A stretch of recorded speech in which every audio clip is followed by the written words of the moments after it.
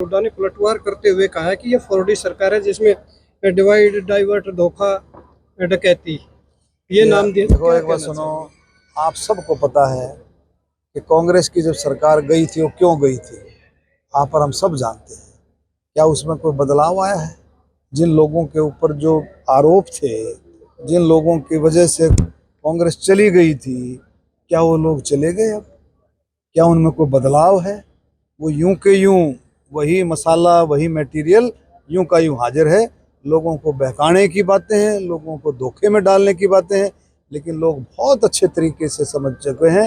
हरियाणा की 36 बिरादरी इस बात को बहुत अच्छे से जानती है कि उनका हित, उनका जो है सुख और चैन अगर है तो भारतीय जनता पार्टी में। रैली कर रही है। कांग्रेस ने कहा है कि चाहे अमित शाह आ जाए, चाहे प्रधानमंत्री आ जाए, कोई भी आ जाए, अब की बार भाजपा को 10 की 10 लोकसभा सीट पे हार का सामना करना पड़ेगा। चलो तो समय बताएगा या, लेकिन आपने ये देख लिया, अभी अमित शाह जी की रैली थी, हमारी 25 को हमारी रोहतक की है, और इसी तरह से सभी लोकसभा क्षेत्रों में जो है रैलियों का आयोजन किया जा रहा है।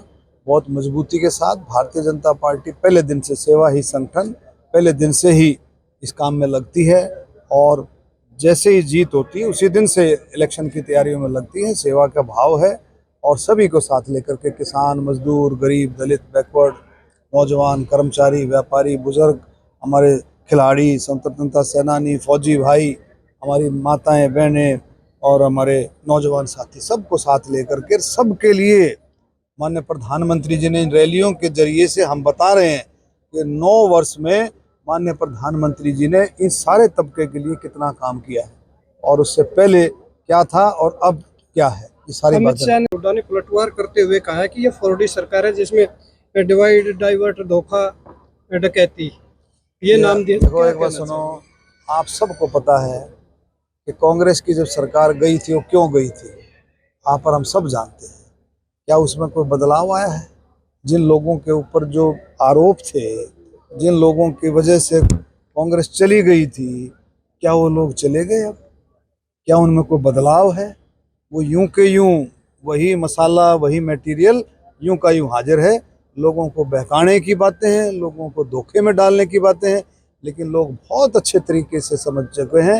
हरियाणा की 36 बिरादरी इस बात को बहुत अच्छे से जानती है कि उनका हित, उनका जो है सुख और चैन अगर है तो भारतीय जनता पार्टी में। रैली कर रही है। कांग्रेस ने कहा है कि चाहे अमित शाह आ जाए, चाहे प्रधानमंत्री आ जाए, कोई भी आ जाए, अब की बार भाजपा को 10 की 10 लोकसभा सीट पे हार का सामना करना पड़ेगा। चलो तो समय बताएगा या, लेकिन आपने ये देख लिया, अभी अमित शाह जी की रैली थी, हमारी 25 को हमारी रोहतक की है, और इसी तरह से सभी लोकसभा क्षेत्रों में जो है रैलियों का आयोजन किया जा रहा है।